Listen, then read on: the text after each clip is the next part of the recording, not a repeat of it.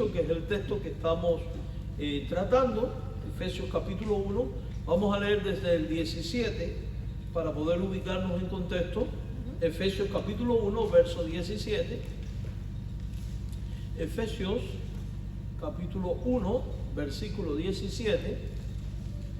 Pero el versículo principal es el verso 18. Recuerden, todavía vamos a estar una semana más en el versículo 18. Diga amén cuando lo tenga. Amén. Dice ahí la palabra de nuestro Dios.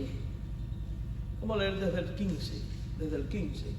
Por esta causa también yo, habiendo oído de vuestra fe en el Señor Jesús y de vuestro amor para con todos los santos, no ceso de dar gracias por vosotros, haciendo memoria de vosotros en mis oraciones, para que el Dios de nuestro Señor Jesucristo, el Padre de gloria, os dé espíritu de sabiduría y de revelación en el conocimiento de Él, alumbrando los ojos de vuestro entendimiento, para que sepáis cuál es la esperanza a que Él os ha llamado, y presta atención ahora, y cuáles las riquezas de la gloria de su herencia en los santos.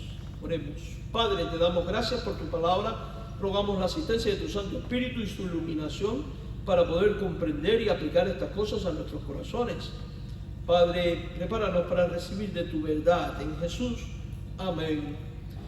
Mis amados hermanos, cuando leemos todo el contexto de este pasaje, podemos darnos cuenta que en el versículo número 3, el apóstol Pablo, a modo de introducción, había estado expresando una doxa, una doxología, una alabanza, una acción de gracias por lo que él había hecho entre los creyentes de Éfeso y a causa de lo que los creyentes de Éfeso estaban haciendo por la iglesia, que era anunciando la fe y además amando a todos los santos.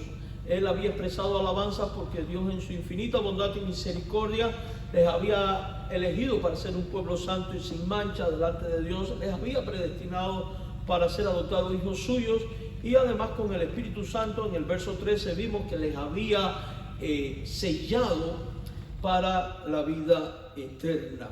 Acto seguido vemos que ahora el apóstol Pablo expresa que está orando por los creyentes, que está intercediendo por los creyentes, y ha dicho que él ora para que Dios a los creyentes les dé espíritu y conocimiento en las cosas de Dios, y le dé revelación en el conocimiento de las cosas de Dios.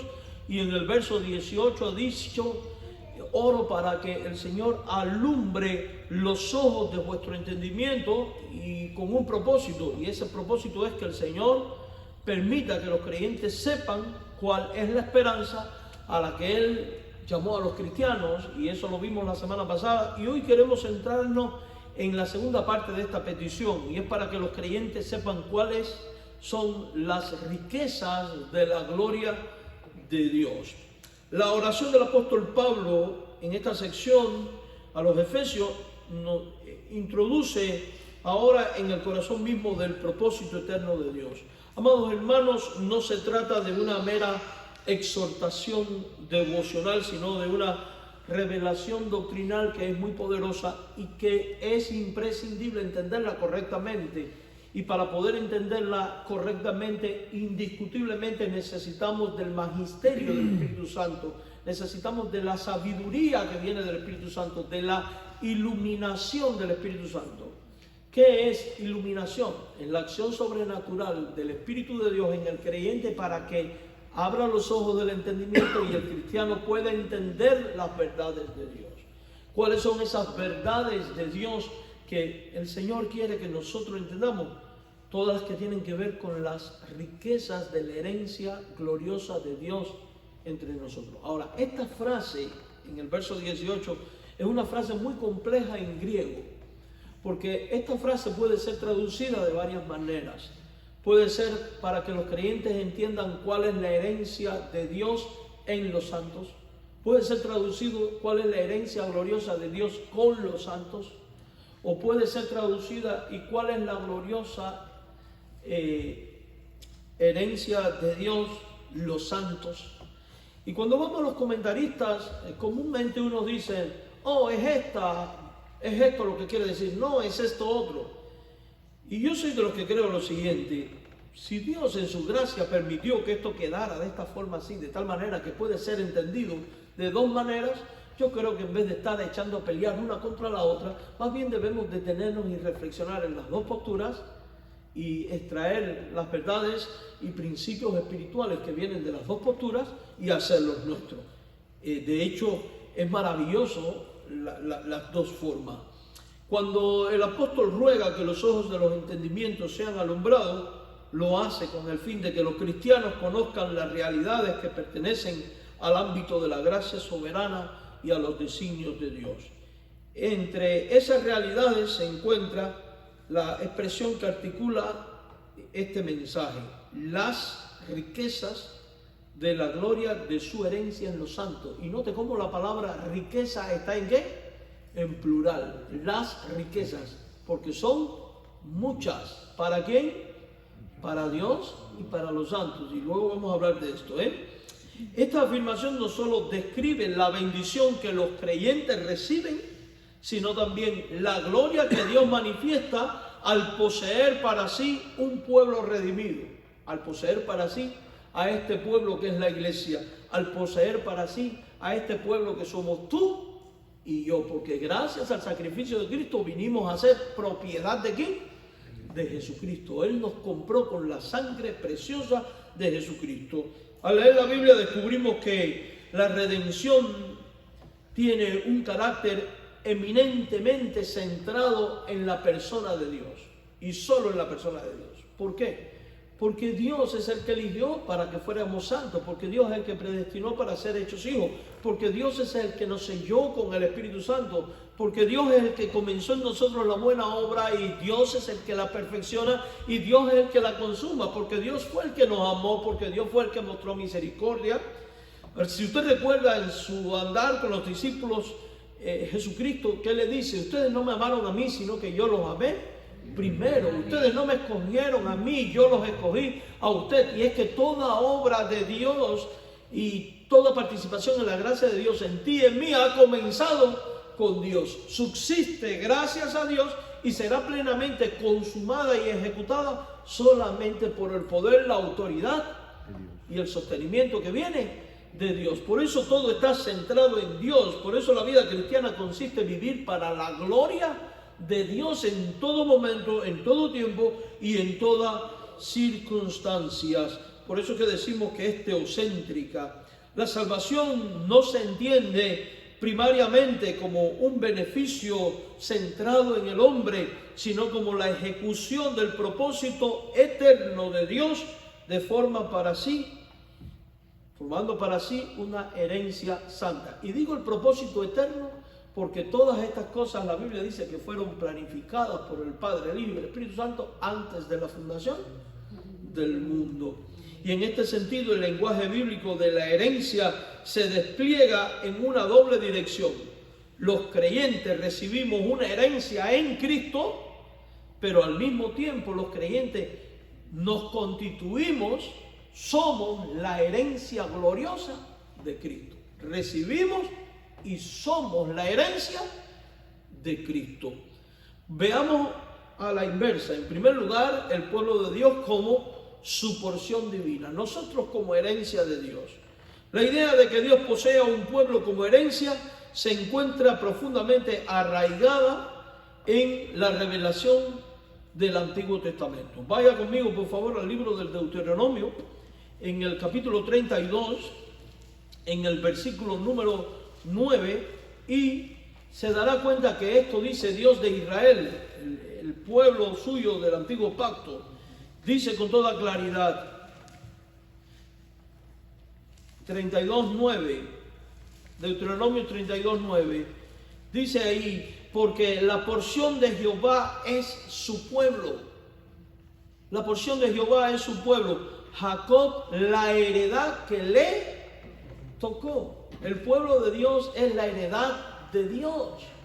Tú y yo ahora, gracias a la obra consumada de Jesucristo en la cruz, fuimos comprados para Dios, somos propiedad de Dios, somos en el nuevo pacto por la gracia de Dios, heredad de Dios, pueblo de Dios. De hecho, la Biblia va a decir de nosotros que somos un pueblo de reyes y de sacerdotes comprados por la sangre preciosa de Jesucristo. Aquí establece una verdad fundamental del pacto, de la relación de Dios con su pueblo. Dios se relaciona con su pueblo en términos de propiedad pactual. Somos la herencia de Él. La elección divina implica pertenencia exclusiva. Israel no es meramente una nación entre otras, sino la posesión escogida del Señor. Nosotros, como el Israel espiritual de Dios en el nuevo pacto, no somos cualquier cosa como iglesia, somos también, como hijos en el pasado, somos nosotros en el presente, un pueblo escogido de entre otros. Por eso la palabra iglesia significa apartado, en este caso del mundo para Dios, del mundo para Dios. Por eso la Biblia dice, ustedes no son del mundo. Si usted va a leer Efesios capítulo 2, el pasaje que viene después de Efesios 1, va a decir con toda claridad, ustedes estaban muertos, ustedes estaban en delitos, eran transgresores, vivían sin herencia, mas ahora sois de Cristo. Porque eso es lo que tú y yo somos al creer en Cristo, somos posesión de Cristo, somos heredad de Cristo. Y fíjense si eso es así, que la Biblia nos ilustra como la niña de los ojos de Dios. Y esto es maravilloso, y más cuando nos hace pensar que Jesús dijo, yo estoy con vosotros todos los días hasta el fin del mundo. Hermanos, no somos cualquier cosa, somos la heredad de Dios, somos el pueblo del Señor nuestro Dios. Este principio también lo vemos reforzado en Éxodo capítulo 19 versículo 5, donde Dios declara, vosotros seréis mi especial tesoro sobre todos los pueblos. Vosotros seréis mi especial tesoro sobre todos los pueblos. O sea que todo aquel que ha creído en Dios y tiene una relación de pacto con Dios es un tesoro especial para Dios. ¿Por qué usted cree que el diablo nos odia? ¿Por qué usted cree que el mundo nos odia? ¿Por qué usted cree que la carne odia esto? Porque tú y yo no somos cualquier cosa, somos especial tesoro de Dios y para Dios. Por otro lado, un pasaje maravilloso que es el Salmo 33, versículo 12, dice algo que definitivamente nos hace pensar en todo lo que Dios es y hace por nosotros y mueve el corazón para convertirnos en una alabanza continua a Él de gratitud. El Salmo 33, en el versículo 12, dice lo siguiente: bienaventurada la nación cuyo Dios es Jehová. Y presta atención ahora a lo que dice el texto: el pueblo que Él escogió como heredad para sí. ¿Qué somos nosotros? Un pueblo escogido para herencia de Él, para ser de Él. Y esto se hizo posible gracias a ¿quién? Aquel que pagó el precio por adquirir tu vida y mi vida para la gloria de Dios, que fue Jesucristo al morir y al resucitar. Por eso Pablo en Efesios 1, en el verso 17 y 18 está diciendo: yo oro para que el Señor les dé espíritu de sabiduría y revelación en el conocimiento de Dios, y oro para que le dé entendimiento en el corazón, para que comprobéis cuál es el poder de la supereminente grandeza de aquel que resucitó a Cristo de entre los muertos. Y luego en el capítulo 2 va a hablar de dónde fuimos rescatados, porque el Señor quiere que su iglesia entienda que somos heredad de Dios por la obra de Cristo en respuesta al plan divino para traer salvación, para traer vida y para traer en ti un lugar en la presencia de Dios en el futuro, cuando Él regrese por su pueblo. Y esto es definitivamente maravilloso, mis hermanos. Ahora, en Isaías capítulo 43, en el versículo número 21, y estamos haciendo primero el análisis bíblico, luego vamos a ver las aplicaciones. En Isaías 43, en el versículo 21, este pasaje dice algo contundente. Declara, Isaías 43, verso 21, declara: este pueblo he creado para mí, dice Dios. Mis alabanzas, ¿qué? Publicará. Fuimos creados para Dios Y como fuimos creados para Dios, publicaremos las alabanzas ¿de quién? De Dios.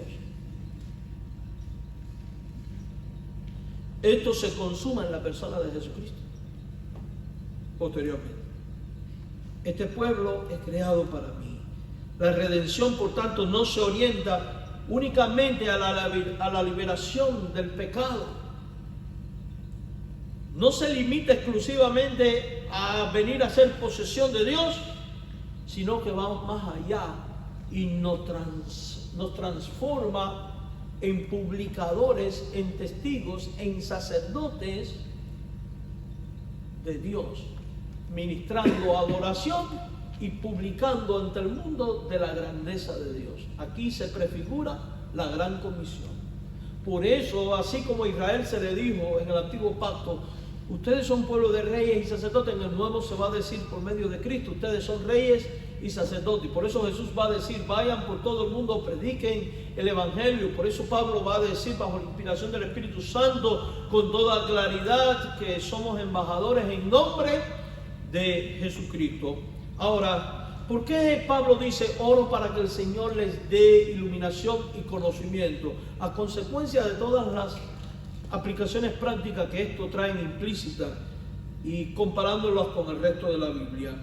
Comprender que el pueblo de Dios es una porción divina definitivamente transforma de manera radical la forma en que como cristianos nos comenzamos a percibir a nosotros mismos y nos permite entender cuál es nuestra relación con Dios. Porque yo no sé usted, pero cuando yo a la luz de la Biblia descubro que fui salvado por la gracia de Cristo, pero poseído por Dios el Padre, por la gracia de Cristo, y me veo como posesión de Cristo porque pertenezco a Cristo, definitivamente la vida no puede quedar igual. No puede quedar igual.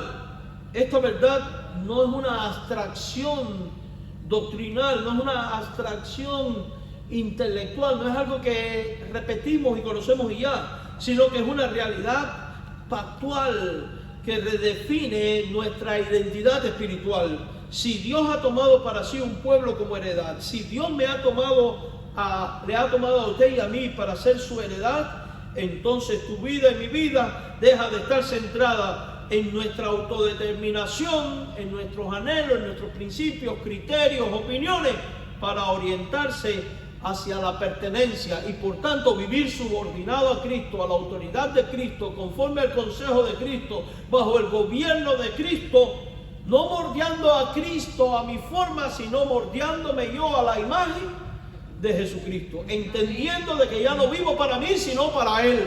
Amén. Y eso explica el por qué Pablo había dicho, ya no vivo yo, sino que vive Cristo en mí. Y lo que ahora vivo en la carne, lo vivo en la fe del Hijo de Dios, el cual me amó y se entregó a sí mismo por mí. Por eso Jesús dijo, el que quiera ser mi discípulo, niéguese a sí mismo, tome su cruz cada día y sígame.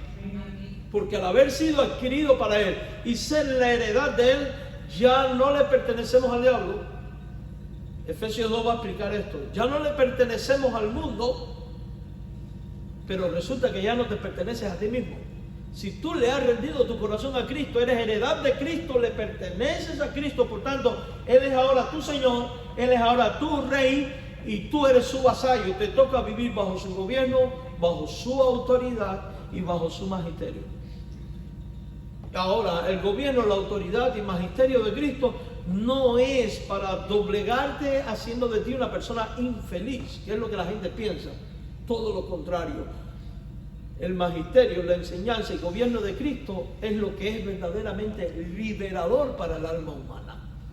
Si el Hijo os liberare, seréis verdaderamente libres. La Biblia dice que uno es esclavo de aquel a quien sirve y declara a Cristo para vida o al pecado para muerte. Cuando tú te unes en el yugo de Cristo, y por eso Él dice, llevad mi yugo sobre vosotros y mi carga es ligera, la vida se hace ligera. La vida se experimenta en plenitud, por eso es descrita como abundante. En cambio, estar enyugado al pecado es estar en camino de muerte. Y de ahí es de donde Cristo quiere salvarnos. Pero para que el creyente viva una vida devocional más profunda, para que el cristiano pueda vivir bajo ese gobierno, esa rendición a Cristo, debe definitivamente entender que ya no se pertenece así, que le pertenece a Dios. Y no siempre lo entendemos. Y por eso vemos que las iglesias a veces están llenas de gente que dicen ser cristianos y su conducta, su forma de vivir, su forma de actuar no es consecuente con la doctrina. ¿Por qué? Porque conocen la teoría, pero no ha bajado de aquí a aquí. ¿Y por qué no ha bajado de aquí a aquí? Probablemente porque no han sido iluminados por el Espíritu Santo para conocer y entender que la vida cristiana no consiste en el desarrollo teórico de doctrina, sino en la puesta en práctica de las doctrinas. ¿Cuál era el problema de los fariseos? Sabían la doctrina, pero no vivían conforme a la doctrina. Y por eso es una hipocresía religiosa. ¿Cuáles son los peligros de no entender esto? Vivir en una hipocresía que causa tropiezos y caídas a los incrédulos. Pero cuando se vive la fe a la manera de Dios, bajo el gobierno de Dios, nos convertimos en herramientas de Dios para que otros vean a Cristo en nosotros e impactamos a nuestro mundo. Si usted tiene duda, lea el libro de los Hechos, capítulo 2. Dice la Biblia que cuando vino el Espíritu Santo sobre ellos, comenzaron a vivir conforme al modelo de Jesucristo, perseveraban en la oración, en el partimiento del pan, en la doctrina de los apóstoles. Nadie decía tener nada suyo, y declara el texto que la iglesia se ganaba el favor de Dios y del pueblo. Por eso es importante vernos como heredad de Dios y entender que no nos pertenecemos a nosotros. No le perteneces a un pastor, no le perteneces a una religión, le perteneces a Jesucristo, a Jesucristo. La existencia cristiana no se construye desde la autonomía, sino desde la conciencia de haber sido elegido, apartado y consagrado por el designio soberano de Dios. Por eso en el capítulo 1, en el versículo 4 había dicho: Dios te escogió para ser un pueblo santo y sin mancha. O sea que definitivamente el propósito de Dios es que usted sea santo y sin mancha. Y si usted es santo y sin mancha, la santidad significa estar apartado para Dios, y sin mancha, tener la pureza de Dios, es para que usted viva bajo la autoridad de Dios. Te adoptó predestinó para ser adoptado como hijo suyo. Eres hijo de Dios. Por tanto, cuando usted era un niño y usted estaba bajo crianza, ¿cuáles eran las reglas que prevalecían en su casa? ¿La suya o la de su padre? La de su padre. Por tanto, significa que usted vivía bajo la autoridad del Padre. Si fuimos adoptados como hijos de Dios y estamos bajo la autoridad de Dios, entonces se trata de vivir conforme a las reglas de Dios y no a las nuestras, en obediencia amorosa, reglas que son liberadoras, repito. Amados hermanos, esta doctrina produce una profunda humildad espiritual. Saber que Dios ha hecho de su pueblo su especial tesoro no permite espacio para la soberbia religiosa ni la presunción moral, porque ¿quién de nosotros puede decir yo soy lo que soy porque yo? Nadie puede decir esto. Pablo dice: todo lo que yo estimaba como ganancia, según la carne, hebreo, ciudadano romano, lo he tenido por basura. Por eso él dice: por la gracia de Dios soy lo que soy. Porque no tenemos nada que no hayamos recibido. ¿Quién puede enorgullecerse delante de Dios? Nadie. La gracia te fue dada como un don. La fe te ha sido dada como un don. Jesucristo mostró su amor para contigo por una decisión particular de Él. Él perdonó tus pecados porque fue el diseño de Él. Él ha preparado una mansión celestial en los cielos porque tú no podías prepararla. Él te abrió el corazón y te regeneró porque tú por ti mismo no podías buscar a Dios, porque justo y bueno no hay ni uno, no hay quien busque a Dios, no hay quien haga lo bueno. Tú subsistes hasta que Él venga, porque Él opera en gracia y poderosamente en tu vida. Porque la Biblia dice que ni lo alto, ni lo profundo, ni lo presente, ni lo porvenir, ni ángeles, ni principados, ni ninguna otra cosa nos podrá separar del amor de Dios que es en Cristo Jesús. Pero fíjense que es por todas las provisiones de Él, no la nuestra. Entonces, cuando yo medito que soy la heredad de Dios y que este Dios ha hecho todo esto por mí, yo no voy a poder ser arrogante, sino que voy a poder ser humilde ante los ojos del Señor, reconocedor de nuestra pobreza espiritual. ¿Y qué dice la bienaventuranza de los pobres en espíritu? Saber que Dios ha hecho de su pueblo su especial tesoro no permite espacio para la soberbia religiosa. La elección divina no surge del mérito humano, sino del beneplácito eterno del Señor. Y por ello la vida cristiana se vive con gratitud reverente. Y todos los días, al meditar en que nuevas son cada mañana las misericordias de Dios, no podemos hacer otra cosa que decir: Señor, gracias. Todos los días cuando vemos el plato en la mesa y saber que es la provisión divina, podemos decir: Señor, gracias.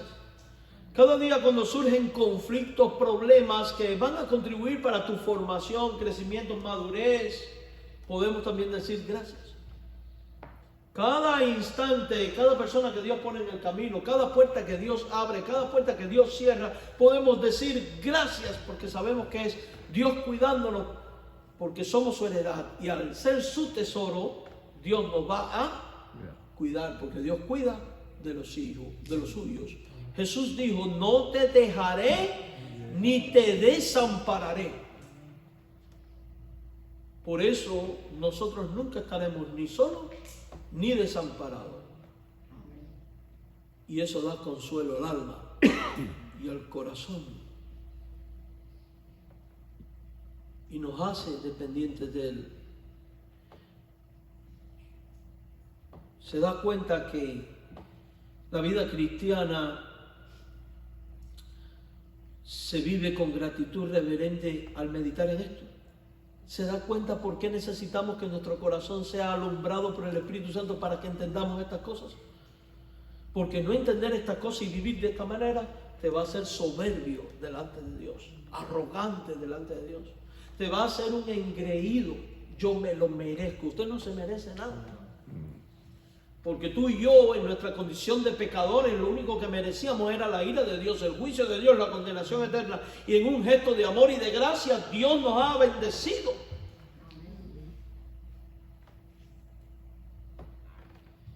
Si no meditamos en estas cosas y las asimilamos, vamos a ser como aquel fariseo que orando que decía: Señor, gracias, porque no soy como este. Yo doy el diezmo, yo oro, yo ayuno, y el hombre estaba ahí mirándole las pajas ajena a aquel hombre y sus ojos estaban atravesados con vigas. ¿Pero por qué este oraba así? Porque no había entendido la operación de la gracia de Dios en su vida y no se estaba viendo como la heredad de Dios. Heredad de Dios, no se estaba contemplando como debía de contemplarse. Estaba en una ignorancia, en la oscuridad, no tenía la iluminación del Espíritu. Iglesia, si queremos ser una iglesia que vive humilde ante Dios, que glorifica a Dios, que trae el honor a la gloria de Dios, necesitamos que el Señor nos dé entendimiento de toda enseñanza. Y esa sabiduría viene solo de lo alto. Por eso Pablo dice: oro para que Dios les dé sabiduría, entendimiento, revelación, para que conozcan la grandeza, para que entiendan las riquezas de la gloria de Dios, de su herencia. Esta conciencia disuelve el orgullo, fomenta una dependencia constante de la gracia. En segundo lugar, la verdad de ser la heredad de Dios impulsa también a la santidad. Si el Señor ha tomado a su pueblo como posesión exclusiva, la vida de este pueblo debe entonces de reflejar el carácter de su dueño. No nos extraña que después el libro de Efesios va a decir, y Filipenses y otros tantos, que debemos tener la imagen de Cristo, hasta que crezcamos y lleguemos a ser de la estatura, de la medida de la plenitud de Cristo. La santidad deja de ser una exigencia externa para convertirse en una consecuencia natural de la pertenencia pactual. ¿A qué me refiero? Al hecho de que deja de ser algo exigido por voluntad humana y comienza algo que brota de nosotros por la operación del Espíritu Santo.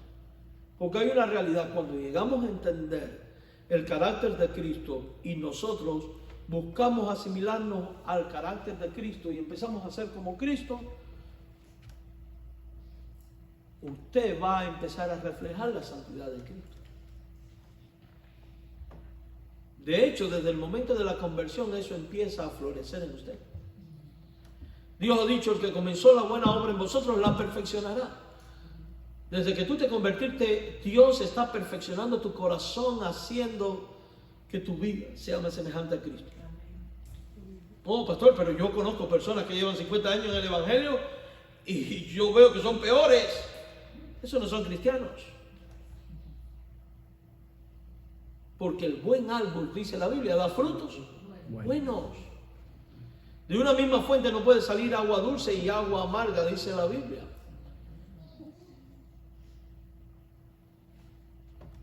Porque son los frutos externos los que revelan lo que hay en el interior, lo que Dios ha operado en el corazón. Porque es imposible que Dios te elija para ser un pueblo santo y sin mancha y que por tanto usted no sea santo y sin mancha. Eso es imposible. Porque Dios es eficaz en todo lo que hace. Por eso que yo digo que la santidad es algo que Dios empieza a producir.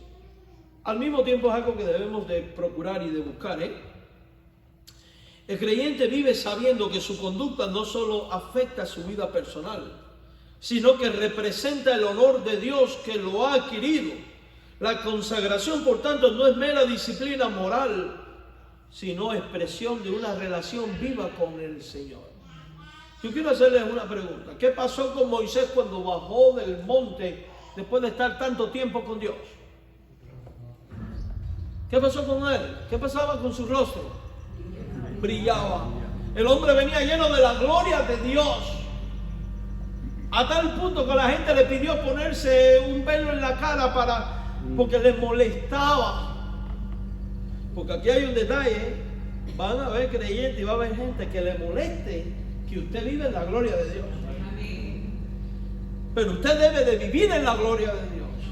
Y mientras más tiempo usted pase cerca de Dios, porque entiende que es la heredad de Dios, le pertenece a Dios y que ha sido comprado por la sangre de Cristo, no para ser uno más en la fila, sino para ser uno en una relación perfecta con Dios. Si usted se acerca a Dios, algo Dios va a cambiar en ti. Y ese algo se vuelve perceptible. ¿A usted no le ha pasado que va a un lugar público donde usted no conoce a nadie y usted puede decir, aquella persona es cristiana? La puede identificar. Porque siempre hay algo que resalta.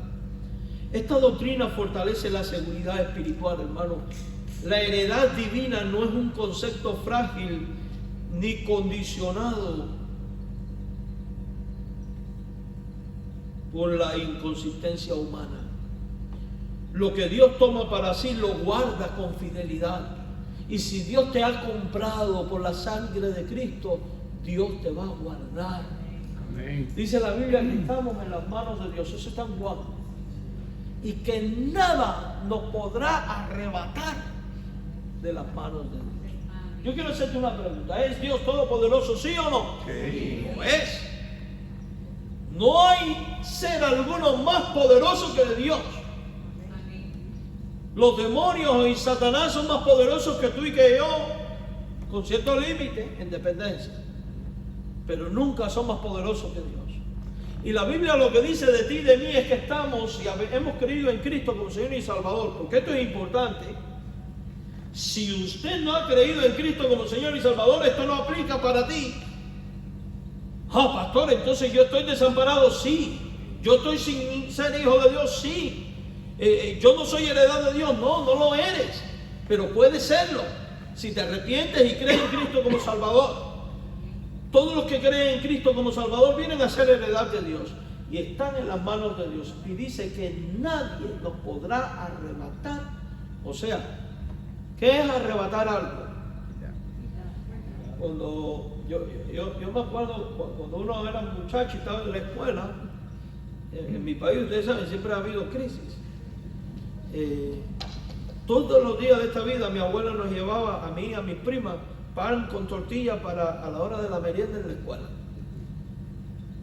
Ella se pasaba la mañana haciendo pan con tortilla. Corramos como 5 nietos, no, Dani, en la misma escuela. Y la gente, los muchachos malas cabezas, abusadores, ¿qué trataban de hacer? Venían corriendo, te arrebataban el pan y a mí me pasó con un muchacho que le decían mandarga. El pobre mandarrazo se lo llevó porque le mandé una botella por la cabeza y el hombre era epiléptico y cayó ahí en estado epiléptico. Me dio tremendo rollo, ¿no? Te arrebata. ¿Qué es lo que está diciendo la Biblia? Que nada puede sorprender a Dios y que nada puede hacer que usted salga de esas manos. Usted está plenamente cuidado por Dios, si es su hijo, si es su heredad.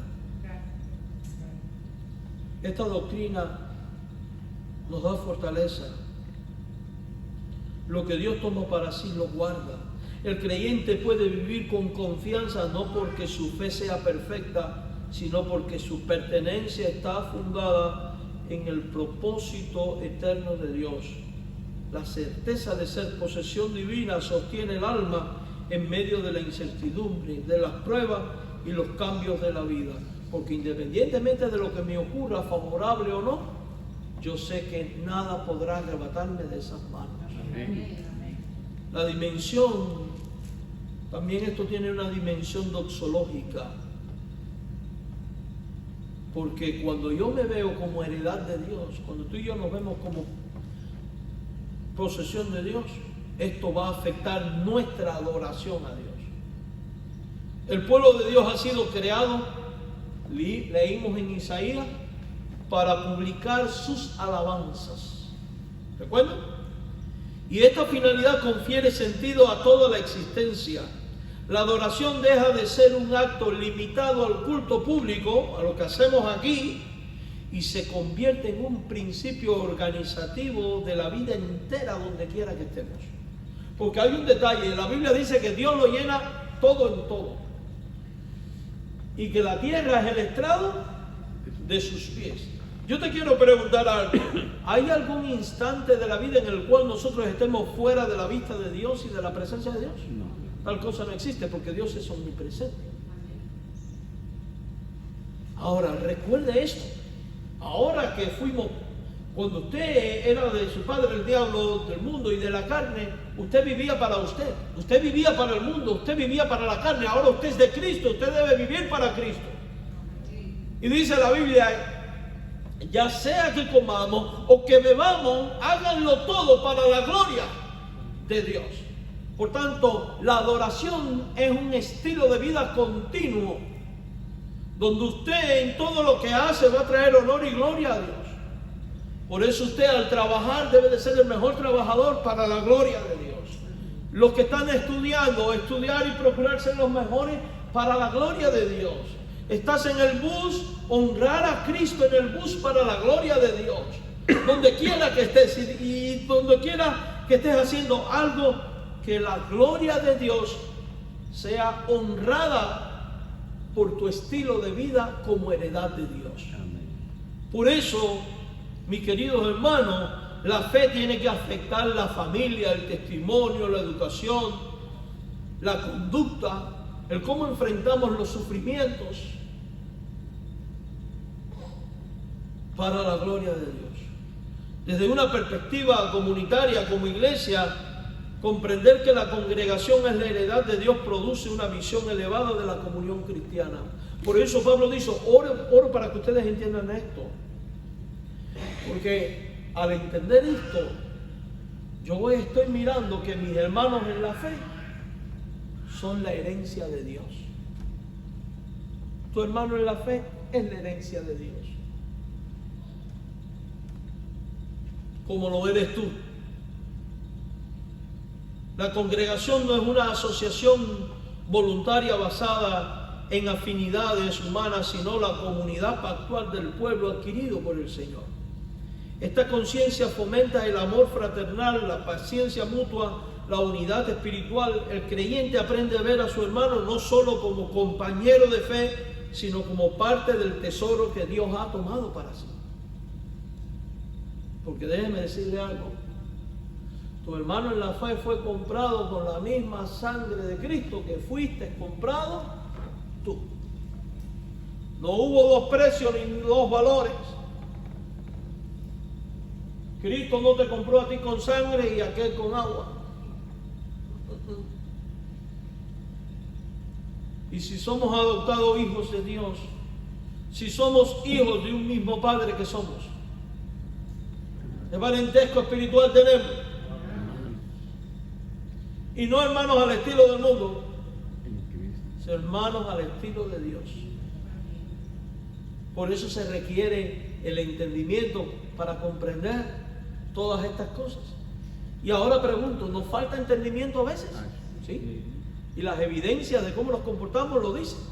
Por tanto, si alguno está en falta de sabiduría, pídala a Dios. Por eso Pablo dice, oren para que Dios les dé sabiduría y entendimiento en el conocimiento de Dios, y para que puedan comprender las riquezas de la herencia gloriosa, o de la herencia de Dios, o de la herencia en los santos, como usted lo quiere, puede estar correctamente.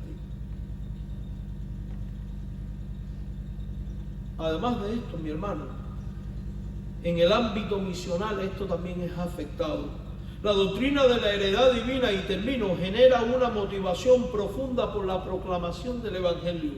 Si Dios está formando un pueblo para su gloria, la misión no es simplemente una actividad opcional, sino la participación en el cumplimiento del propósito eterno.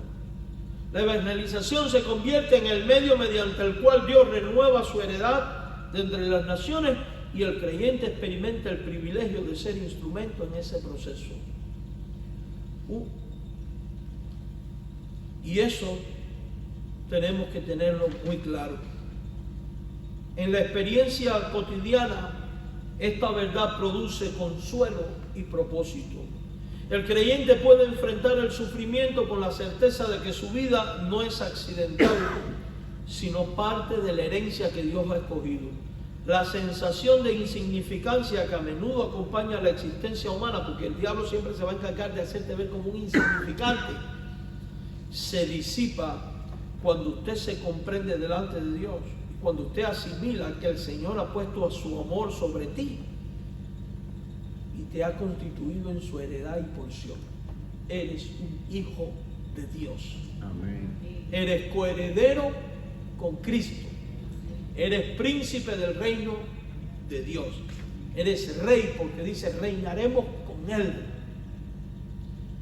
La identidad cristiana se fundamenta entonces en una pertenencia eterna que otorga dignidad espiritual y dirección en la vida. Y así la enseñanza de que el pueblo de Dios es su porción divina no solo ilumina la doctrina, sino que moldea la espiritualidad. Y cuando entendemos esto, no solo vamos a tener conceptos, sino también vamos a tener ¿qué? Acciones en base a los conceptos. Vivir como heredad del Señor significa vivir con humildad, santidad, seguridad, adoración, propósito, anticipando el día en que la gloria de Dios se manifestará plenamente en el pueblo que Él ha redimido para sí. Porque a la final trompeta, los muertos en Cristo resucitarán primero y seremos arrebatados juntamente en el aire para estar por siempre con el Señor. Amén. Por eso tú y yo somos la heredad de Dios. Gloria. La semana que viene no terminamos el sermón, solo el primer punto. Vamos a ver la segunda parte de esta frase de la herencia en los santos, porque es que esto es un tema muy complejo y la semana que viene vamos a ver, hemos visto cómo somos nosotros la herencia de Dios. Bueno, pues vamos a ver la semana que viene cómo nosotros somos poseedores de la herencia de Dios. Somos y recibimos. Amén. Amén. Así que venga el domingo que viene. Pero es importante, y no quiero terminar antes sin decir esto. Si usted no le ha rendido su corazón a Jesucristo, déjeme decirle que usted está fuera de esto, que su condición es triste y lamentable. Si usted está fuera de esto, usted se está perdiendo estas bendiciones.